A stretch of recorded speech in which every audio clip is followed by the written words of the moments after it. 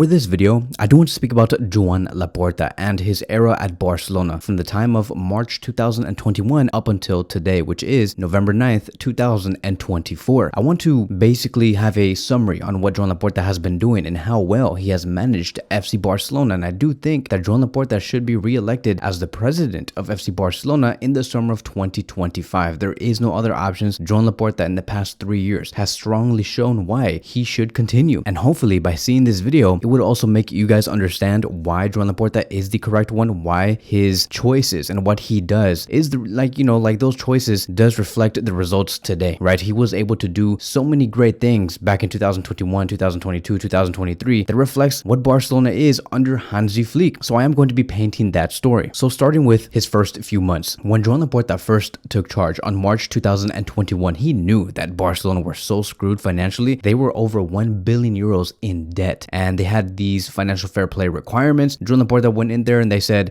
I'm sorry, bro, like I know that you just got elected as president, but here's the real situation. Barcelona cannot afford anything. If anything, we have to sell players right now. We cannot bring any new players in. And so it was a very tough obstacle for Laporta. And one of the first few things that he had to do was reduce the wage bill by a lot, right? Because it was unsustainable where Barcelona were at when he first came in back in March 2021. So he lowered the wages of Piqué, Jordi Alba, Sergio Busquets temporarily because he deferred those wages into later years. He terminated the contracts of Umtiti and Pjanic, and he also knew that in about 6 to 7 months that they could not be able to renew Lionel Messi in 2021. Keep in mind that it was one of the biggest proposals that Joan Laporta had when he was trying to get elected. He was saying that if you elect me, I will be the person to renew Messi and he will be able to stay at Barcelona for many more years. He would make it a priority, but only to find out 9 months later that Messi had to leave because it was simply impossible for Laporta, Mateo Lemán to do anything with Messi. They had to just let him go. And I think that it was the correct choice, right? Like, I understand that, that we like Messi, that Messi has brought so much happiness to us. But Laporta knew one thing. He had to put the club over anything else, even if it was Messi, even if it was Neymar, even if it was Ronaldinho, whoever it may be. He knew that it has always been the club over anything, the club over anything. And so that is why he has let go of Messi. And that was going to give Laporta the financial flexibility in the short term to maybe bring in brand new players. But we were really in the trenches. Like, for example, back in 2021 and 2022, right? That brand new season under Ronald Koeman, which was his last one, when we had that season without Messi, our lineups were so sad. Like, we saw Luke de Jong as our striker, Jugla left winger, Ricky Puig as a midfielder, Frank de Jong as another midfielder, Nico Gonzalez, and then you look at the back, right? We had Mingueza, Piqué, Eric Garcia, and Araujo with Ter Stegen at the back. There was also another lineup where we had at one point under Koeman of Coutinho, Nico Williams, and Busquets in the middle with Agüero, Depay, and Dest, right? Dest as a right winger. And at the back, we had Piqué, Sergio Roberto, Eric Garcia, and Jordi Alba. So this was what we were working with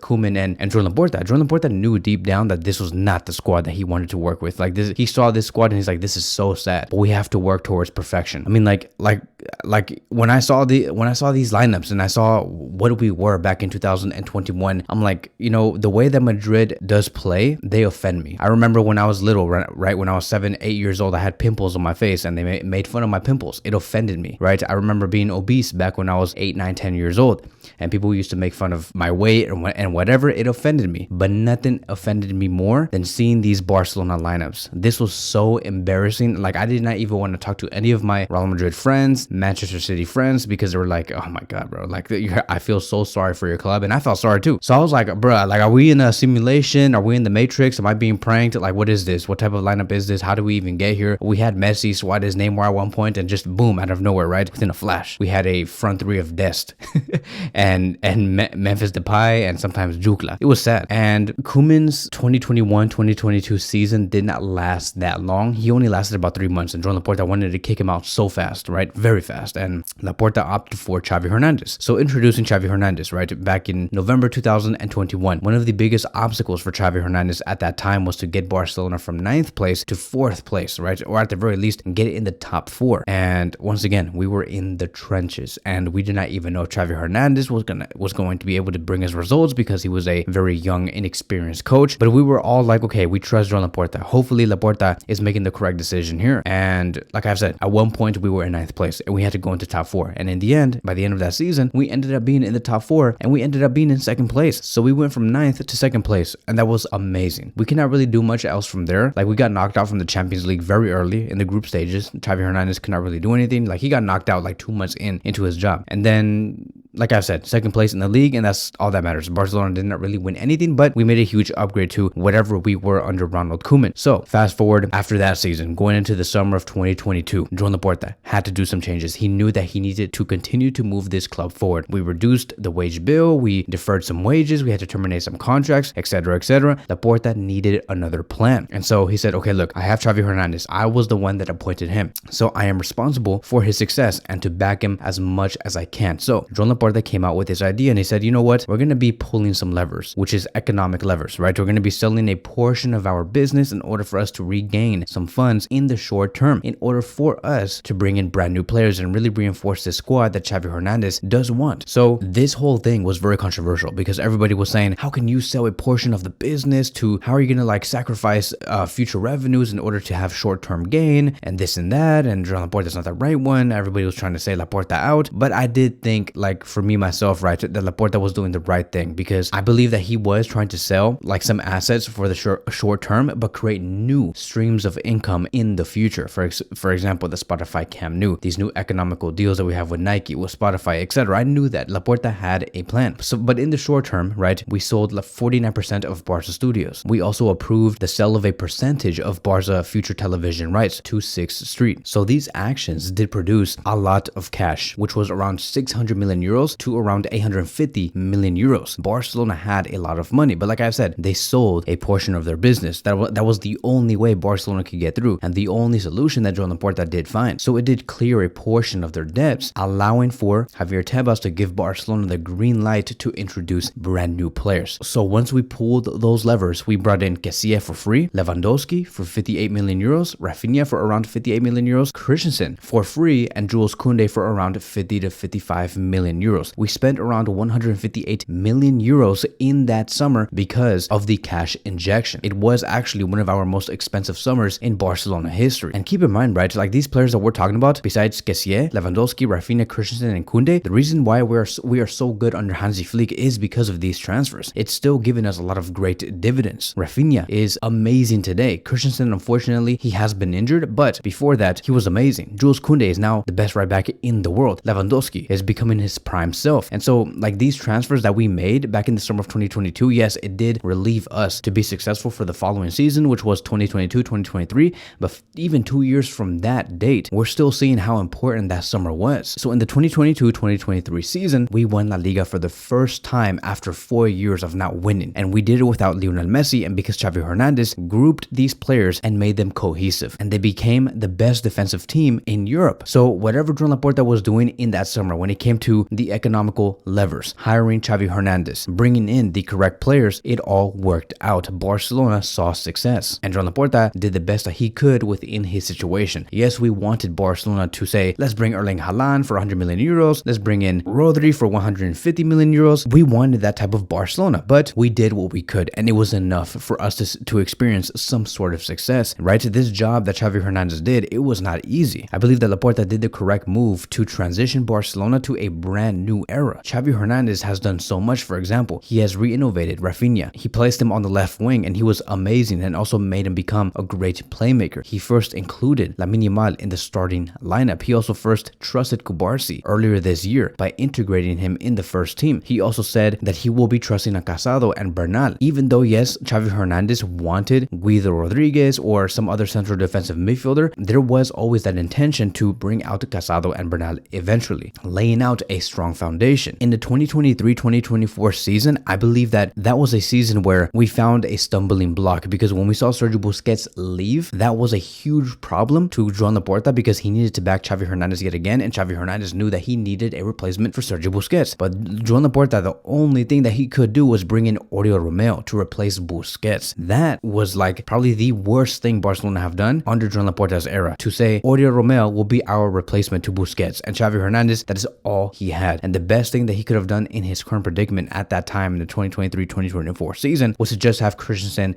and Frankie de Jong in the double pivot with Pedri up top. It was a great midfield. It was still very solid. Keep in mind that Barcelona had the projection to go into the semifinals of the Champions League if it wasn't for Araujo's red card. So Barcelona were very strong, but because of these unlucky situations, we did not end up winning anything in the 2023-2024 season. Still a very strong team, and we still had a great foundation with youngsters rising up, but to Joan Laporta, he knew that because the coach did not win nothing, regardless of the context, he needed to make a change. Keep in mind, this was after Xavi Hernandez brought La Liga, the Super Cup in the 2022-2023 season. It was a downgrade season, but to Laporta, it was enough. Laporta said, look, I know that we did not win anything in Xavi's second season, and I understand that coaches may not have the best season here and there, but I do have to make a change. And Xavi Hernandez, one of the last few things before he left was to introduce another player like Fermin Lopez, and also gave Barcelona advice to sign Dani Olmo. So we went into the summer of 2024, right? Once again, I want to reiterate what I said. Xavi Hernandez laid a great foundation. Joan Laporta hired Xavi for one specific reason: to bring in youngsters, to lay out a brand new dynasty at FC Barcelona, and so he did. Lamine, Cubarsí, Hector Fort, Bernal, Casado, Fermin Lopez, Alejandro Valde. By that point in the summer of 2024, all of these players could be trusted. And so Laporta said, okay, I have to fire Xavi Hernandez. He did not win anything, and that is one of the requirements to continue at this club. You must win. So what Hansi Flick ended up doing was, okay, I'm gonna fire Xavi Hernandez, but I need a coach that can upgrade all players. Maybe not have that type of skill set to bring out youngsters like Xavi Hernandez did, but I need a coach that can directly inject basically steroids into every player. And that is why Hansi Flick came into play, because the one thing that Hansi Flick is really good at is making the players play at 150%, not even 100%, but 150%. I believe that Xavi Hernandez is somebody who can implant seeds, but Hansi Flick is the one that can grow the tree to its best possible condition. And Joan Laporta saw that. And now we're sitting here today with Hansi Flick upgrading all players. Every player has upgraded. There has been not a single one that has lowered their level. And Barcelona are literally the best team in the world. We are the best team in the world. It is not City, it is not Bayern, it is not Real Madrid at this moment. I'm not saying, right, let's be very careful, I'm not saying that Barcelona is the best team of the season, because the season is not done. Barcelona can be trashed for the next 4 to 5 weeks. We never know. But at the moment, Barcelona is the best team in the world, and we're doing it with youngsters, thanks to Xavi Hernandez. And now we have Hansi Flick just running with this team. So it was the correct hiring coming from Joan Laporta. Yet again, another great move. Now, fast forward from that summer. Now let's talk about today. Joan Laporta is not finished. There is a reason why he wants to get re-elected. There has been multiple reports already saying that it is official that Barcelona have now solidified the Nike deal, and it's evaluated at 1.7 billion up until 2038. And Barcelona, in the short term, within the next couple of weeks, they will be receiving 158 million euros in signing bonus. This would allow for Barcelona to finally reach normality after 3 to 4 years. So through this journey of us becoming the best team in the world, seeing normality financially within this club, we have grown youngsters and experienced title success. Laporta has done his job very, very well. It has been said, according to Ferran Correas, that Joan Laporta's plan is clear. He will run again for the presidential elections in 2026. Keep in mind that if I did say that Joan Laporta is looking to get re-elected in 2025, I meant to say 2026, because in the summer of 2025, Joan Laporta does have another season ahead of him, but that's going to be the summer where he's going to have to show to all the socios why he should be re-elected. I believe that he does not even need to do anything. Like, he does not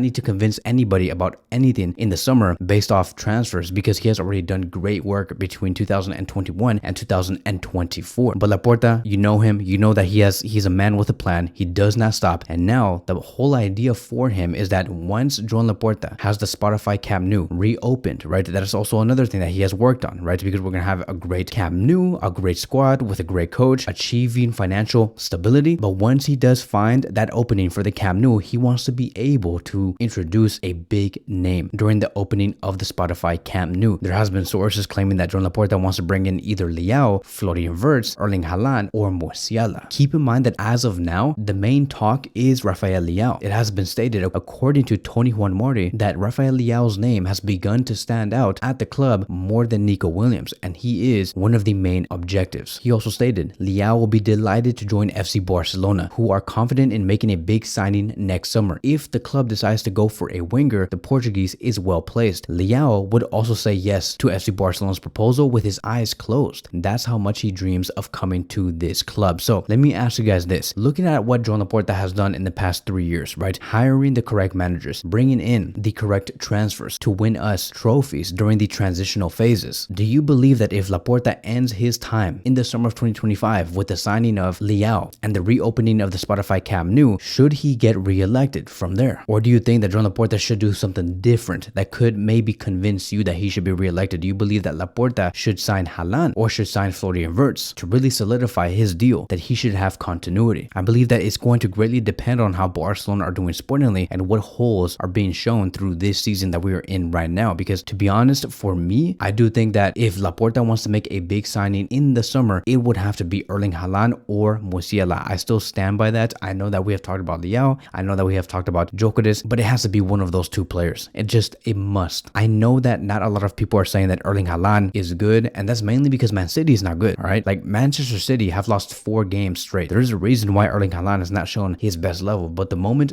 City picks up the pace, you will see the true power of Erling Haaland, and everybody's going to get on the Haaland hype again. So let me know in the comment sections down below, what do you believe Joan Laporta should do in the summer of 2025 to convince to the world why he should be re-elected? That is it. That is going to be wrapping up today's video. Thank you guys so much for watching, and I will see you guys in the next one.